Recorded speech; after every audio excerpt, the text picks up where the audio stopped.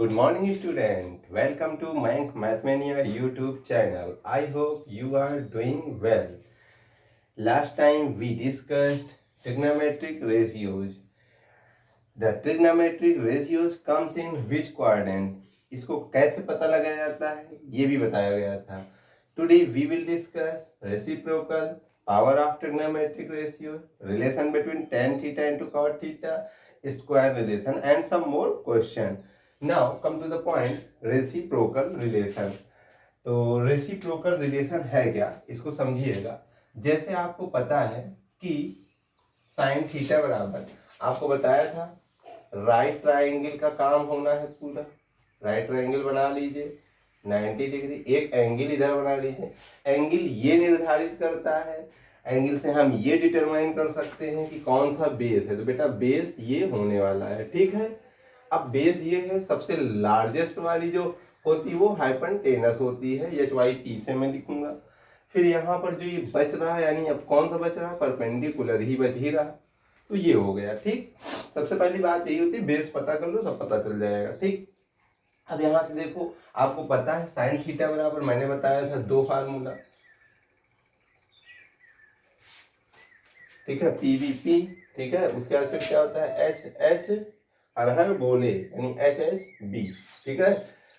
तो आप देखते थे साइन थीटा बराबर perpendicular upon hypotenuse, cos theta equal to base upon hypotenuse and tan theta equal to perpendicular upon base. इसको आप समझते थे, मैंने बताया था लाल, हिंदी मीडियम वालों, लाल बटे कक्का से लंब बटे कर्ण, आधार बटे कर्ण, लंब बटे आधार, ठीक है. ये सारी चीजें आप समझ रहे होगे, मुझे बताने की जरूरत नहीं है. फिर भी मैंने एक बार रिवीजन के दौर बताया. साइन थीटा बराबर आपको पता है परपेंडिकुलर अपॉन हाइपोटेनस, ठीक है, यानी लंब बटे कर्ण. अब आप दूसरी चीज देखो जरा एक मिनट, क्या मैं इसको 1/h/p नहीं लिख सकता हूँ? आप कहोगे बिल्कुल लिख सकता हूँ. क्यों? क्योंकि इसी को मैं अगर कहूँ कि इसको जरा सॉल्व करो तो आप कहोगे यही पाओगे, है ना, आप यही पाओगे p/h. तो यहाँ से क्या निकल के आता है बेटा, आपको पता है कॉसेक थीटा बराबर क्या होता है, हाइपोटेनस अपॉन परपेंडिकुलर, यानी मैं इस पूरे को क्या लिख सकता हूँ, तो आप कहोगे 1/, ये पूरा क्या हो जाता है कॉसेक थीटा. समझे? यहाँ से यानी क्या रिलेशन पा रहे हो, पहला साइन थीटा इक्वल टू क्या हो गया 1/cos थीटा. और जरा ये पहला रिलेशन पा गए. दूसरा बात कर लेते हैं. आपको पता है cos थीटा बराबर क्या होता है, बेस अपॉन हाइपोटेनस, यानी आधार बटे कर्ण. तो आधार बेटा यानी कि ये है क्या, बेस अपॉन हाइपोटेनस. इसको भी क्या ऐसे नहीं लिख सकते हो, h/b. अब कहोगे h/b क्या होता है, तो आप कहोगे h/b सेक थीटा होता है. यानी कि यहाँ पे मैं क्या लिख सकता हूँ 1/h/b को सेक थीटा लिख सकता हूँ. यानी यहाँ से भी एक रिलेशन बना, वो रिलेशन बेटा क्या बन रहा है, तो आप कहोगे cos थीटा बराबर 1/sec थीटा बन रहा, ठीक है. अब आप जान रहे जो सबसे पहला वाला होता है, सबसे लास्ट वाला cosec थीटा 1, उसके साथ उल्टा रिलेशन रखता है. cos थीटा sec थीटा के साथ उल्टा रिलेशन रखता है. यानी अब tan थीटा cot के साथ रखेगा, cot tan के साथ, sec cos के साथ और cosec sin के साथ. फिर भी मैं tan थीटा का बता देता हूँ. आपको पता है tan थीटा बराबर क्या होता है बेटा, तो आप कहोगे tan थीटा बराबर परपेंडिकुलर अपॉन बेस, यानी लंब बटे आधार. आपको पता है आप क्या लिख सकते हैं इसको, बेस अपॉन परपेंडिकुलर, ठीक है. इसको बेटा अच्छे से नोट्स बनाइएगा, तभी मजा आएगा पढ़ने में ट्रिग्नोमेट्री. तो 1/, आपको पता है बेस अपॉन परपेंडिकुलर ये क्या होता है, कॉट थीटा होता है, ठीक है. तो यहाँ से आप एक और रिलेशन पर आ गए. थर्ड रिलेशन क्या हुआ बेटा, tan थीटा इक्वल टू क्या होता है 1/cot थीटा, ठीक है. अच्छे से समझ गए होंगे. अब आ जाओ बेटा, ये रेसिप्रोकल रिलेशन मैंने क्लियर कर लिया, ठीक है. इसको हिंदी में कहेंगे व्यतिक्रम संबंध, व्यतिक्रम संबंध, ठीक है, रेसिप्रोकल रिलेशन. हिंदी और दोनों इंग्लिश मीडियम के बच्चों को मुझे ध्यान में रखना होता है. अब आइए पावर ऑफ ट्रिग्नोमेट्रिक रेशियो. आप कल को कोई भी पावर ऑफ ट्रिग्नोमेट्रिक रेशियोज, यानी कि कोई भी ट्रिग्नोमेट्रिक रेशियोज है. ट्रिग्नोमेट्रिक रेशियोज बेटा क्या है, sine theta cos theta, tan theta, ठीक है। स्क्वायर यहाँ कह रहा है इसकी पावर, मान लीजिए इसकी पावर कल को आपको साइन थीटा की पावर अगर ऐसे आ जाए 2, तो अब इसका मान क्या होगा? तो इसका मान बेटा साइन स्क्वायर थीटा होगा, ना कि साइन थीटा स्क्वायर। ये आपका गलत नोटेशन होगा, ठीक है, ये बात दूसरी हो जाती है। ये क्या है आपका, ये सही है। इसी प्रकार से कॉस थीटा है, इसकी पावर मैं 3 कर दूं, तो अब आप समझ रहे हो इसको मैं क्या लिख सकता हूं, कॉस क्यूब थीटा। क्या नहीं लिख सकता? तो आप कहोगे कॉस थीटा क्यूब नहीं लिख सकता हूं, ठीक है। इसी प्रकार टेन थीटा है, तो टेन थीटा की पावर मैं 4 करूंगा, तो आप कहोगे क्या नहीं लिख सकते हो, टेन थीटा की पावर 4 नहीं लिख सकते हो, फिर लिख क्या सकते हो, टेन की पावर 4 थीटा, ठीक है, ये लिखोगे। तो आप पावर के बारे में भी समझ गए होगे, ठीक है। अब आइए टेन थीटा और कॉट थीटा का रिलेशन क्या है, ठीक है। तो इसके लिए आप समझिएगा, जैसे आपको पता है यहाँ पे लिख दे रहे हैं relation between tan theta and cot theta, ठीक है। तो आप समझिएगा टेन थीटा बराबर आपको पता है, टेन थीटा बराबर आपको पता है कि हम क्या लिखते हैं, परपेंडिकुलर अपॉन बेस। अच्छे से समझ रहे हो, ठीक है, परपेंडिकुलर अपॉन बेस। आप देख रहे हो परपेंडिकुलर ये बेस ये है, क्या मैं हाइपोटेनस से दोनों को डिवाइड कर दूं तो मुझे कुछ नया रिजल्ट मिल सकता है? तो आपको बिल्कुल मिलेगा। आप देखिए यहाँ पे मैंने हाइपोटेनस से डिवाइड किया, यानी लंब को भी कर्ण से डिवाइड किया, आधार को भी कर्ण से डिवाइड किया। तो अब आप देखिए यही लंब बटे कर्ण, यही लंब बटे कर्ण क्या होता है बेटा, साइन थीटा ही तो होता है। यहाँ से ये क्या पाओगे, साइन थीटा पाओगे, ठीक। और यही बेस अपॉन हाइपोटेनस यानी आधार बटे कर्ण क्या पाओगे, कॉस थीटा। तो आप देख रहे हो टेन थीटा का जो मान होता है वो किसके बराबर होता है, तो आप कहोगे sign theta upon cos theta, ठीक है, समझ गए ना। अब इसी तरह से बेटा कॉट थीटा का भी रिलेशन हम फाइंड करेंगे, ठीक है। तो जो कॉट थीटा होता है उसको आप क्या लिखोगे, तो आप कहोगे कि उसको हम लिख सकते हैं कॉट थीटा। तो आप लिख सकते हो क्या, अब की बेस ऊपर हो जाएगा, परपेंडिकुलर नीचे यानी आधार बटे लंब लिख सकते हो। इसको जरा आप उल्टा कर लो, मतलब हाइपोटेनस से डिवाइड कर लो।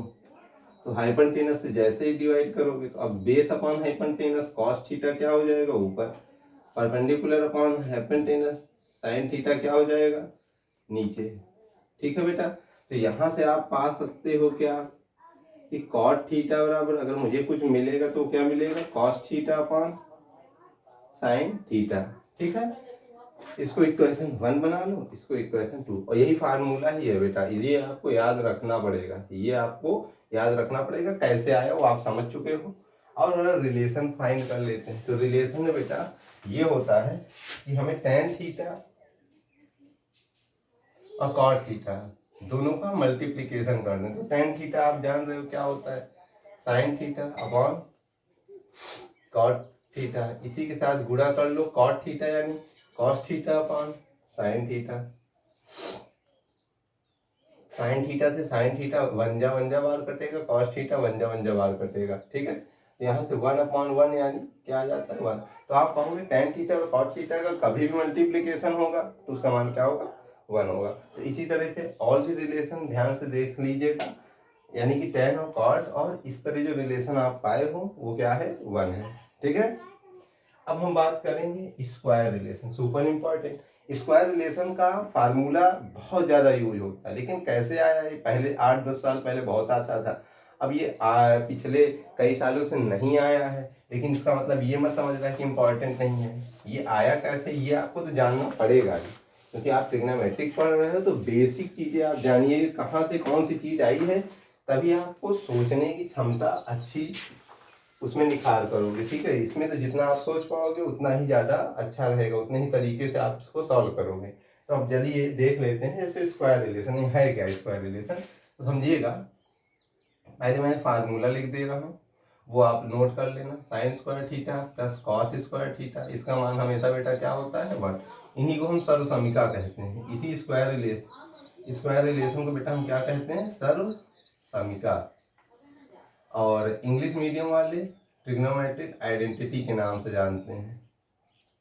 ठीक है, ट्रिग्नोमेट्रिक आइडेंटिटी।